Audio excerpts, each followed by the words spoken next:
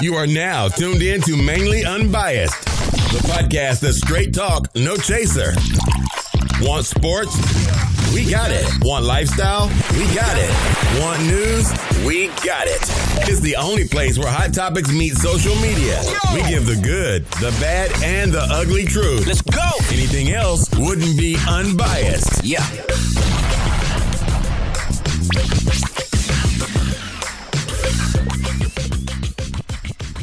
You tuned in to the Mainly Unbiased podcast. I'm your host, Ant Gates, and we got a burner discussion going on around the internet about who was the greatest, LeBron James or Michael Jordan. So what better way to start off this podcast by getting into this nice debate?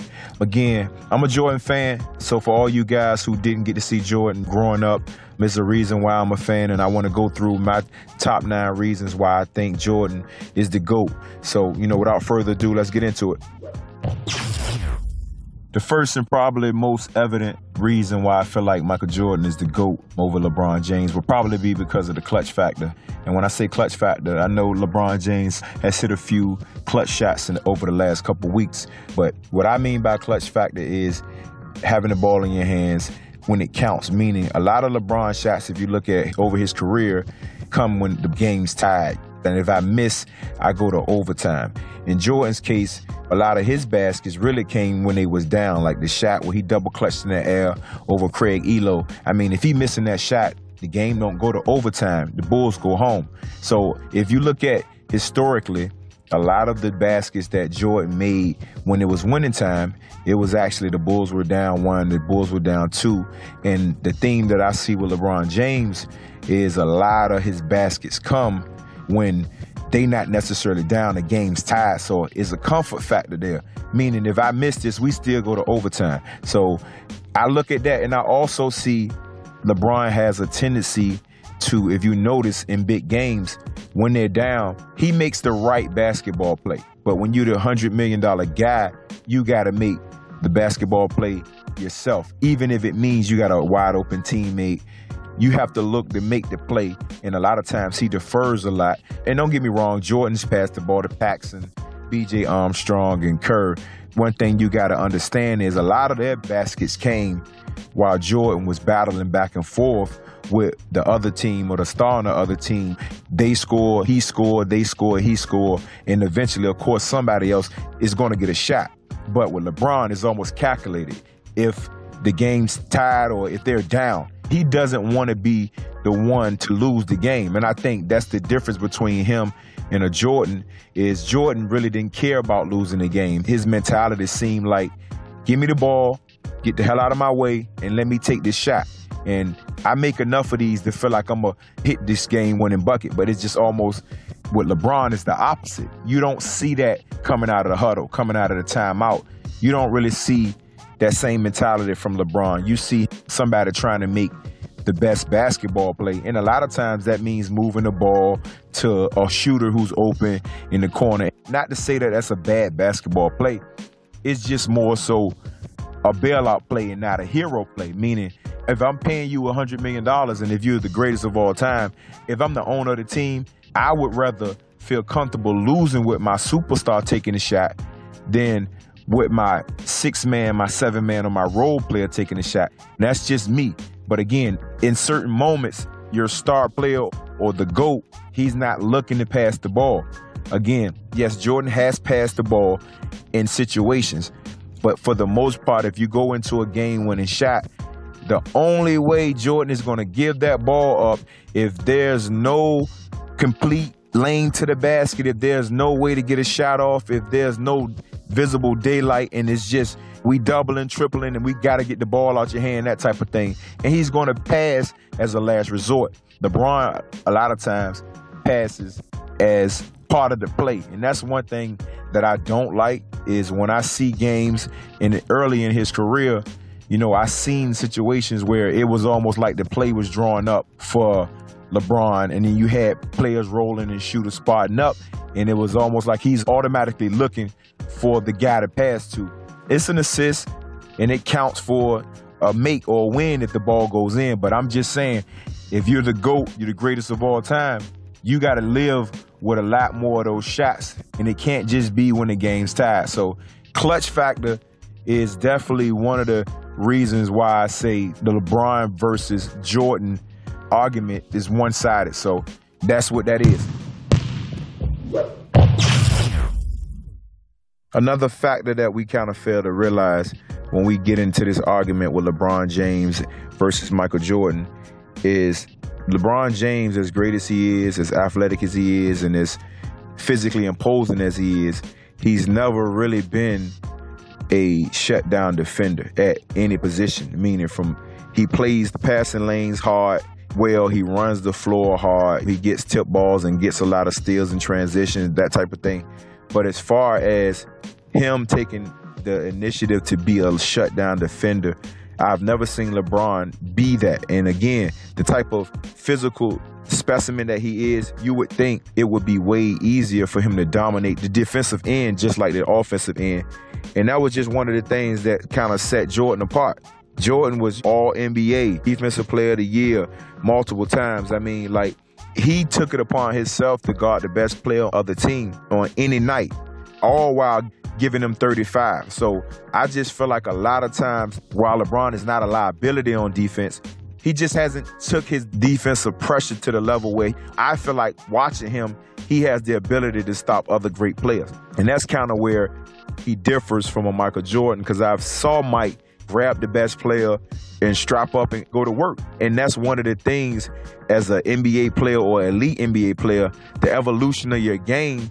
We all know you're going to score on offense, you're going to get buckets, but who can you stop? Are you going to stop anybody, or are we just going to score back and forth? And I think Jordan had the mentality where I'm going to do what I do, but I'm going to stop you from doing what you do. And I just never really seen that from LeBron. Like, LeBron's defensive concept basically comes from IQ. He's a very smart basketball player. So his team defense concept is awesome. He know where to be. He's great at backside chase down blocks. He's going to slide over and stop the drive. But as far as one-on-one, him checking the best player on the other team, play night in and night out, that's something that I would have loved to see him do more over the course of his career. And it makes a difference because, again, there's no reason why he's not Defensive Player of the Year. Those type of things should be icing on the cake for somebody where the offensive side comes so easy. The next progression is to kind of take the challenge to become a defensive player. And that's kind of what I've seen Jordan do that a lot of players really didn't do. Okay, so let's get to the elephant in the room. I know the biggest thing that most people say about LeBron that tarnishes his legacy of being the greatest of all time is probably the whole teaming up aspect with going to play with Dwayne Wade down in Miami. A lot of cats around the league now doing the same thing, so this is not even really specifically a negative towards LeBron James. This is just more ammunition towards my argument as to why I think Jordan being able to be at the level that he was at, he didn't go out and team up with other people. Early in his career with Oakley, Pippen, these players were drafted. Kukoc, drafted. You're talking about the main pieces that was imported from somewhere else was Dennis Rodman and Ron Harper. Ron Harper coming from Cleveland, Dennis Rodman coming from Pistons or wherever else he came from, after he left the Pistons. But my point is, to get to the stage where Jordan was at, where they were winning championship after championship after championship, he built a team of young players, rookies, and some older vets. Mostly the bigs were older vets. But he built the team in a culture around losing. After they got tired of losing, they had to figure out a way to win and get past that hump in Detroit. And around that time, New York was starting to be a rival. And, of course, getting to the West and being able to compete with the teams out West, he had to build a team or have his team grow to get to that point. They didn't go out and get other players. So although I respect LeBron James making the decision to go out to Miami, who wouldn't want to go to Miami? But at the same time, when it comes to winning a championship, I seen Jordan win 6 with guys that was there from the start. If Jordan was to team up with anybody else in the league, it wouldn't even have been fair. Like, even for LeBron James to go team up with Miami, he still had to battle in some conference finals and in the finals against some good teams.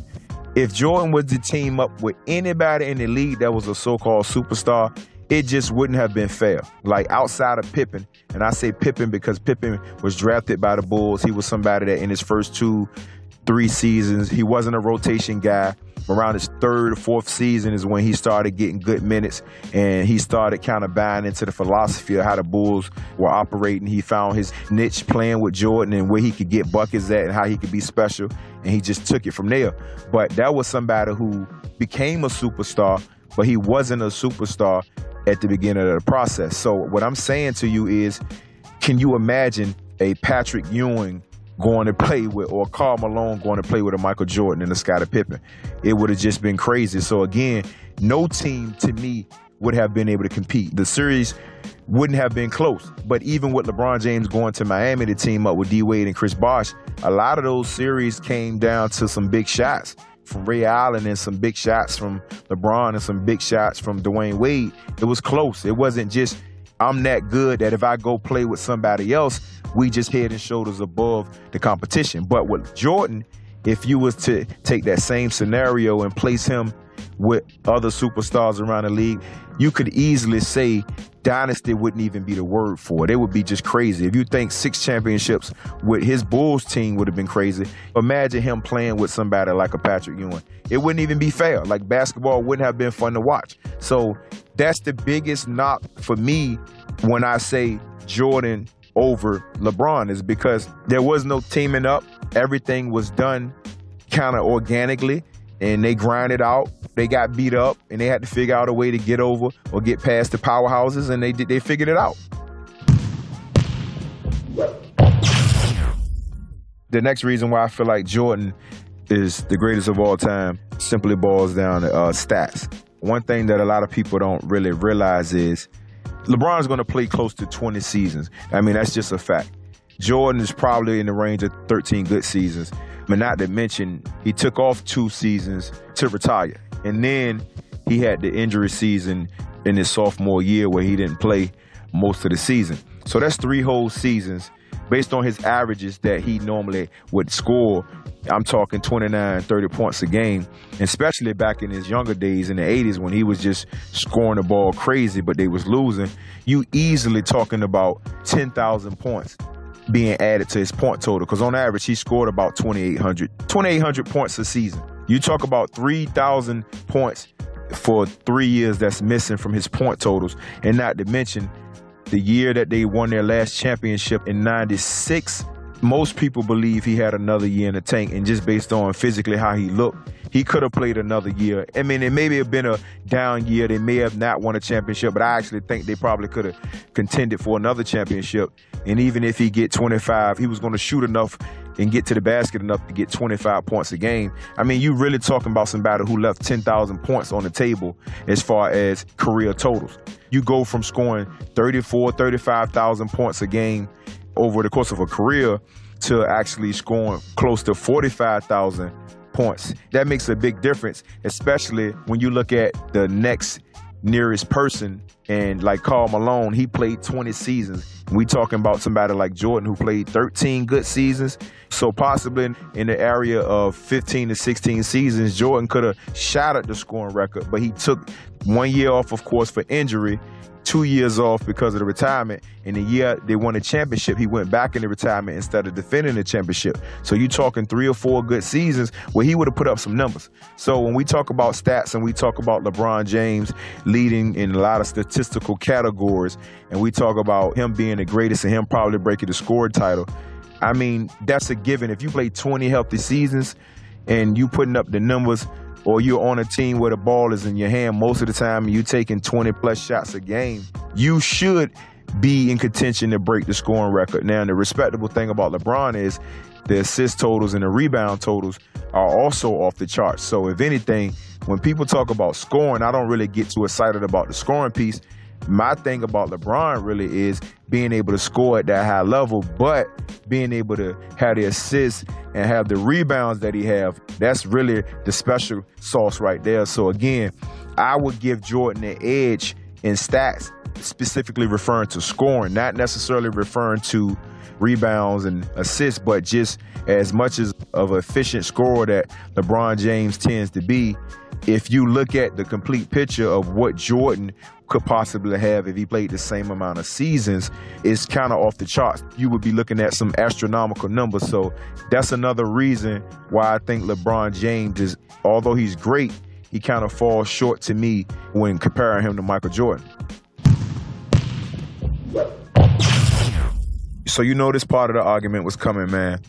Right now, the biggest reason, or one of the biggest reasons why I feel like the LeBron James era can't compete with the Michael Jordan era, or LeBron James is not better than Michael Jordan, is because, I mean, right now the league's soft. And let's be honest, we can break it down into statistical terms to kind of give you a view of how that matters.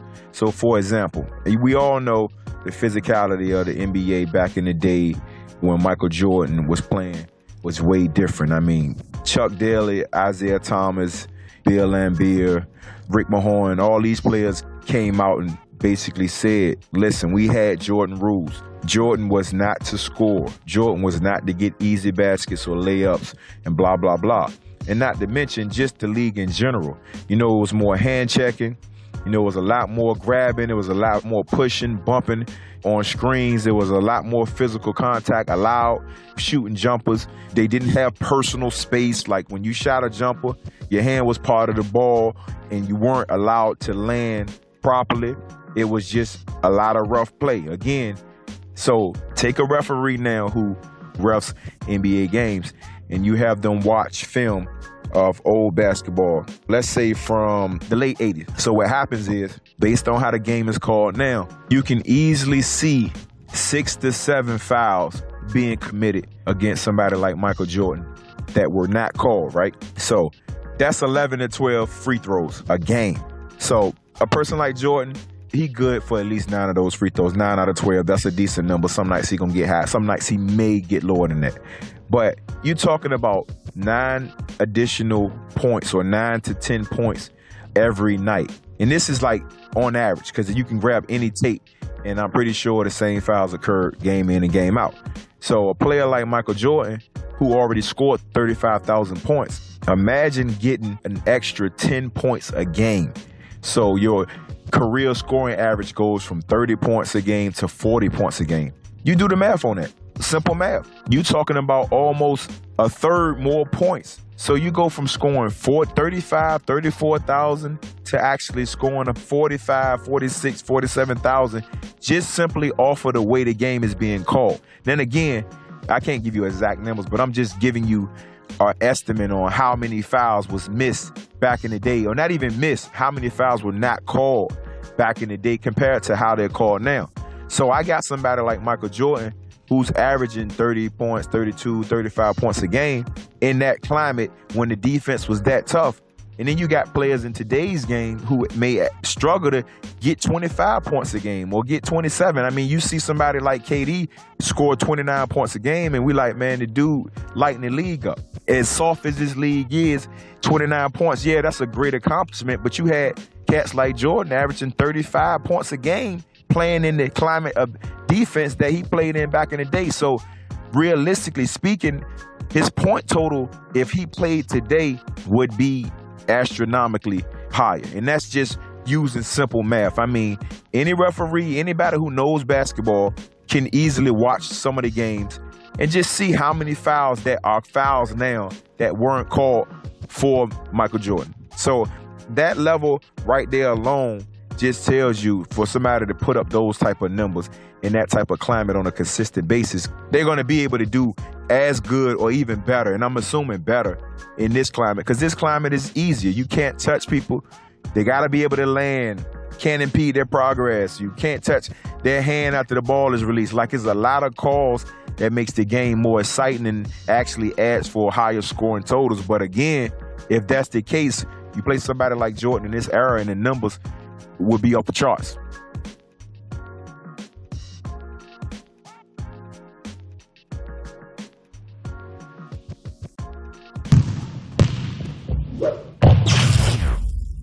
Okay, so look, I don't want it to make, it seem like I'm bashing LeBron, because dude is actually one of my favorite players to watch, one of my all-time favorite players. But I just wanted to kind of put this in perspective because there's a lot of kids or a lot of people who maybe teenagers or maybe, in their early 20s who swear by LeBron, but they didn't get a chance to see Jordan.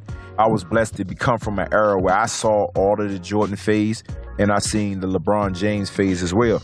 So what happens is I got a viewpoint from both sides. And one of the things that most people or most millennials don't have going in their favor is they didn't get to see Jordan. They seen some posters of him doing some layups and dunks and not really getting the full grasp of how transcendent his game was and how he really changed things up. So there's a lot of things that I see in LeBron's game that I don't necessarily see in Jordan, or I saw in Jordan's game that I don't necessarily see in LeBron's game.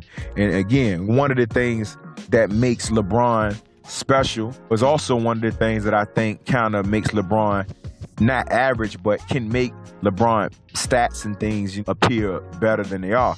He's very ball dominant. And that right there, what I mean by ball dominant is if you look at the shot clock and LeBron will bring the ball up the court. And don't get me wrong, there's other players that's ball dominant as well. Chris Paul, he has his moments. Harden has his moments. Damian Lillard has his moments. It's not just LeBron, but I'm just using that as an example to show a lot of times when you have the ball in your hand, you can dictate everything that you want to happen. LeBron will have the ball for majority of the shot clock and wait for the right time to pass the ball, which is kind of different from how Jordan got his buckets. A lot of y'all don't know the Bulls thing was the triangle offense. Triangle offense, the bigs touch the ball a lot first in the triangle offense. You get your guys cutting back door, you get the opposite cutter going, and you kick back out, blah, blah, blah. He might come out, set a screen. It was a science to the offense. It wasn't just you dribble the ball one-on-one up the court and you just try to get a one-on-one bucket, and if you can't get the bucket, you kick out last minute to somebody that's standing around the perimeter. That's basically how LeBron plays. And again, I would love to see LeBron playing an offense where it was movement. Like I said, I would love to see him more of a slasher for his career. But he started that whole point guard mentality in high school, and so I figured coming into the NBA, that was basically going to be the way he played. But I would have loved to see LeBron James as more of a slasher throughout his career, somebody catching alleys versus throwing them. Again, he's very ball dominant, which allows for yourself to take the perfect shots or get the best shot opportunities, get the most shot opportunities, allow for yourself to get the most assists. Because, of course, if you drive into the basket and they cut you off and you got 4 shooters spread along the three-point line, some of them shots going to fall eventually. So my point is, with Jordan was getting buckets in the floor of the game more. And anybody who says different does not know basketball. Jordan did not isolate on top of the key for 20 seconds. I'm sorry. You have to show me some video if that happened, because again, rarely did you see that. Jordan was getting his shots. He's using that triangle offense to get where he needed to be, whether they kicking it out to him, whether he was posting on the elbow or he was backing a smaller guard down and posting him up on a low block and doing his turnaround or fadeaway, or whether he was just coming down streaking to the basket. He did not have to dribble the ball or kill the shot clock in order to get effective possession. He was very efficient at scoring. And that leads me into my next argument, just overall skill level. I mean, I think as great as LeBron is, sometimes LeBron can look like he lacks certain skills. And what do I mean by lack certain skills? The biggest thing that jumps off the chart for me for LeBron is footwork. When he handles the ball, LeBron James, he's a north and south player. So for what that means is from end to end, his movements are fast. He doesn't do too much east and west ball handling moves, or should I say they're not fluid. Like he don't bend his knees enough at the point of attack, meaning when I'm going through my legs or I'm doing my in and out and I'm about to break my defender down, my feet has to move at a certain speed to turn the corner, basically be able to turn the corner. And that's something that he's always been lacking to me. When I watch him play, he plays too upright. From Jordan's perspective, a lot of people think about Jordan dunking and shooting fadeaways and don't realize when Jordan came into the league, he played a lot of point guard. What that says is he handled the ball a lot. Now, for those who don't know, Jordan had handles. I can show you, a matter of fact, I don't even need to show you. YouTube, Google the rookie years of Jordan or the second year, the third year, and see how much ball handling he displayed. I mean, Jordan's put on ball handling clinics before, and that was one of the knocks on Jordan early in his career before he evolved. He was dribbling too much, or he was actually handling the ball in traffic to make shots tougher than they needed to be. So if you look at Jordan, Jordan had a very sneaky high-level handle. He could move east and west with the ball very well. His north and south burst was one of the best. His first step was tough. So again, a lot of people think Jordan just jumpers and dunks. And if you look at early Jordan did a lot of ball handling and did a lot of crafty things with the ball, going east and west to get past his defender to be able to get into a lot of his shots. And that's where I say the craftiness, the footwork, the ability. And another thing is just the ability to finish in traffic. If you notice from LeBron doesn't finish in traffic very well unless it's a dunk. If you stop LeBron James at the point of attack, a lot of times he settles for jumpers or he's going to make a kick-out pass. If you stop Jordan at the point of attack when he's in the lane, guess what? He's going to give you some type of acrobatic layup. He's going to give you some type of spin out or alternate pivot spin, and he's going to make sure he finds a way to get the ball in the basket. And with LeBron doesn't have that feature in his game. He's like a full head of steam type of player. He's going to drive, and if he's lucky to turn the corner on you, he's going to attack you full speed. Once he gets around that hip, he's going to try to dunk or get to the basket hard. He has very few times where he's acrobatic or crafty in the air. You may never see him do too many up and under moves or moves where he's double clutching or moves where he's weaving between people to make layups or make tough layups. A lot of his shots are either he's going to get all the way to the basket for a dunk, or if you stop him, he's going to do a kick out to a shooter. And that's one of the things I always said about LeBron is his touch and his ability to finish around the basket without dunking. It was never on display. But Jordan had a certain finesse about his game. He could finish along the basket. He could dunk. If you stop him, he had a second move and a third move, and all else fails, he's fading away, and you're not going to block that. So again, that's where I say someone like Jordan was more skilled. Last but not least, man, I think the overall impact of a Michael Jordan on the game and on the culture is a lot more significant than LeBron James. I say that for a few reasons. The main reason is I don't see myself wearing LeBron James shoes in 15 years. And that's not a shot. That's just, it's like the Jordan sneaker or the Jordan brand has become a cultural type of imprint, something, along the lines of how we wear Timberlands in the wintertime or something along the lines of how we wear certain types of jeans. Or Jordan now is turning into a lifestyle brand versus just particular to sports or particular to basketball. And that's one of the reasons or one of the ways I feel like he's transcended just the sports boundaries. I mean, you're talking about somebody who I still remember the Hanes commercials. I still remember the Wheaties boxes, and I still remember all the stuff he did, like Space Jam. I showed my son Space Jam not too long ago. He's like 2, and he sat there and watched it, and it still sticks. So again, I just think culturally, LeBron James is going to be forever remembered. Don't get it twisted. He's not somebody that's regular. He's not a regular athlete. Dude is one of the greats, but I'm just trying to give you a clear picture of why I think Michael, his legacy and the reason why he's the greatest separates himself from LeBron. Like, again, LeBron's tough, one of my favorite players of all time.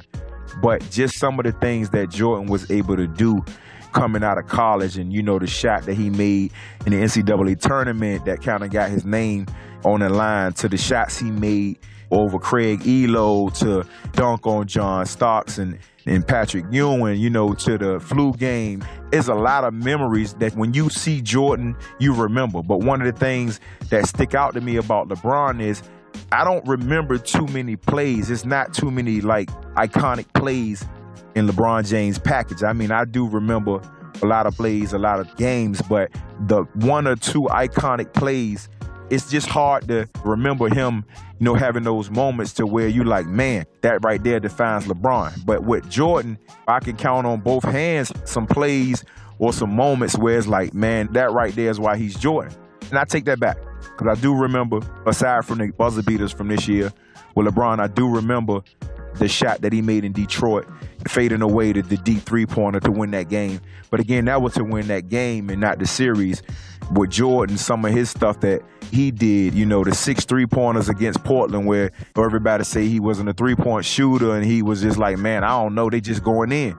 So again, a lot of stuff with Jordan is cultural, man. It's like beyond basketball. It's beyond just playing and winning. So again, I didn't want to mention too much about championships, too much about finals losses or finals appearances, because that's not what this argument is about. We got 2 great players, and both of them are going to be top 5, possibly, I would say top 3 all time easily, but it's just a different level of greatness, with Michael Jordan. And that's not a knock on LeBron James, because he's a special player in his own right, and there probably won't be another LeBron James caliber player with the ability to do all the things that LeBron can do. But part of Jordan's legacy is the fact that he lifted basketball to a point where it was something that everybody was locked in on. Everybody wanted to be like Mike, and that's just kind of what it boils down to. We appreciate you for tuning in to the Mainly Unbiased podcast. Be sure to hit up Facebook and add yourself to the group, and be on the lookout for more interesting podcast topics. Also, you can check us out on Facebook or anywhere else podcasts are being played. Make sure you leave your comments below. We know a lot of people are going to feel a lot different than I do, so I definitely want to hear the commentary, and I look forward to chopping it up with you.